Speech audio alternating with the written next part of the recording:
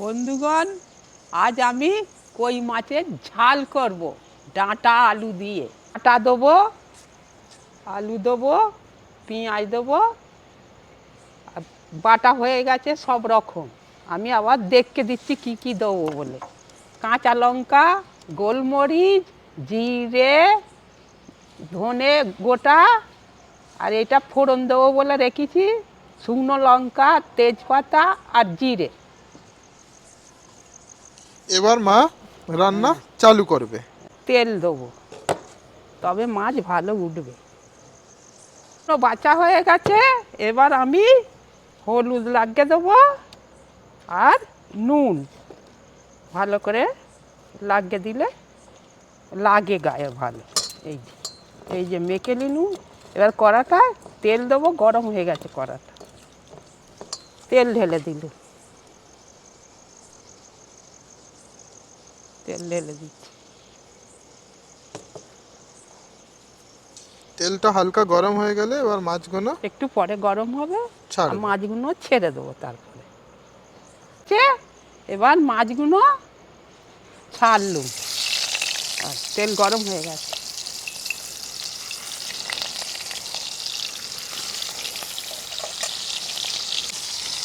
জ্যান্ত মাছ ফুলে যায়, নেড়ে দিতে হবে একটু। এই যে বেঁকে যাচ্ছে।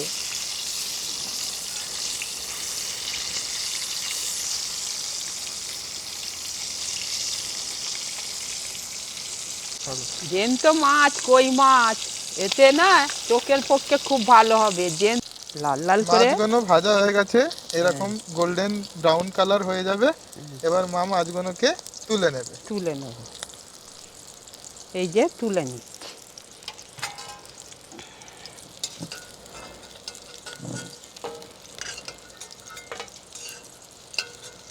তেলটাও ঢেলে রেখেছি আমার, তুলে নিয়েছি। এবার আমি আলুটা ভেজে নিই হালকা করে, হালকা করে আলুটা ভেজে নিচ্ছি। জ্যান্ত রান্না মাছ তো হালকা করে আলু ভেজে নেব। আর ডাঁটাটা কচি তো, আমি দেবো, ফুটে গেলে দেবো। বড় বড় শেফদের ঘরেও দেখা যায়, যারা ভালো রান্না করে তারা অনেক বেশি মশলা, অনেক বেশি কিছু জিনিস দেয় না। কম জিনিসেতে যা স্বাদ আসে না, তোমার অনেক কিছু মশলা ফসলা দিয়ে দিলে মেন জিনিসটার স্বাদটাই চলে যায়। ওই জন্য বন্ধুরা, যে কোনো জিনিস রান্না করবে তাতে পরিমাণ হিসেবে পরিমাণটা অনেক ইম্পর্ট্যান্ট। আর পেশেন্স রেখে রান্নাটা করতে হবে, মানে ধীরজ রেখে রান্নাটা করলে, আস্তে আস্তে স্লো আঁচেতে রান্না করলে আস্তে আস্তে ভালো ষোলো টেস্ট হবে। আঁচেতে এই ভেজেছি, আলুটা তুলে নেব।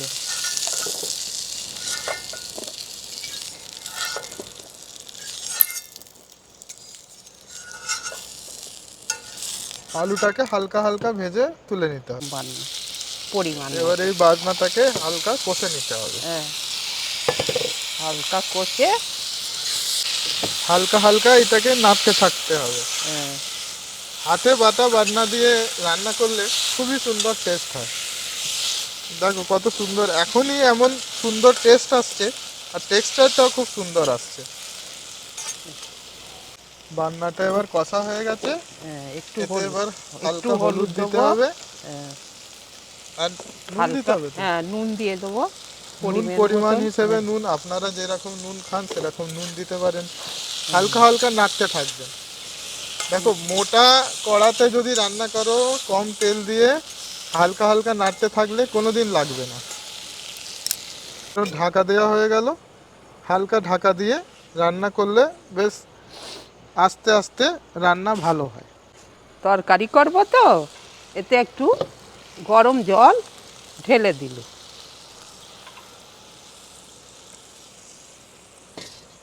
এবার নেড়ে দিলুম ঠিক করে।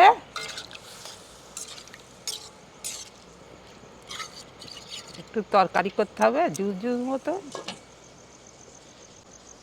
1 মিনিট ফুটে গেছে, এবার একটু নেড়ে দিলুম।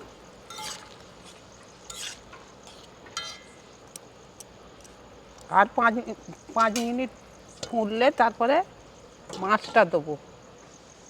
আর খুলে ফেলেছি, ঢাকাটা খুলেছি, বাহ, কি আর সুন্দর! তরকারিটা একটু যা নেড়ে দিচ্ছি। দেখতে সুন্দর, আর সেই রকম একটা বেশ ভালো বেশ। সুগন্ধ বেরিয়েছে। হ্যাঁ, ডাঁটাটাও সেদ্ধ হয়ে গেছে, আলুও সব সেদ্ধ হয়ে গেছে, বেশ চল ভালো গরম টেস্ট গরম হবে। খেয়ে নে, গরম গরম খেয়ে নে, হ্যাঁ হ্যাঁ, তাড়াতাড়ি টেস্টি দাও। লাগবে। মাছটা দেখতে পারেন কি সুন্দর দেখতে, আর জ্যান্ত সুগন্ধ খুব সুন্দর। এবার আমি খেয়ে আপনাদের ঘরে জানাই কেমন হয়েছে। এই একটুখানি রুটি ভাঙলাম, হালকা আলু নিলাম, মাছ হালকা মাছ নিলাম,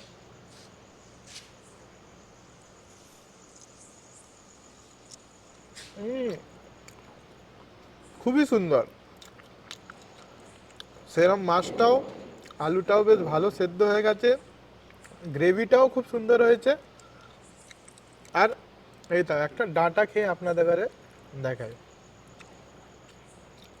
ডাঁটাও বেশ ভালো সেদ্ধ হয়ে গেছে, ডাঁটা তো আমার ফেভারিট একদম, খুব সুন্দর টেস্ট হয়েছে।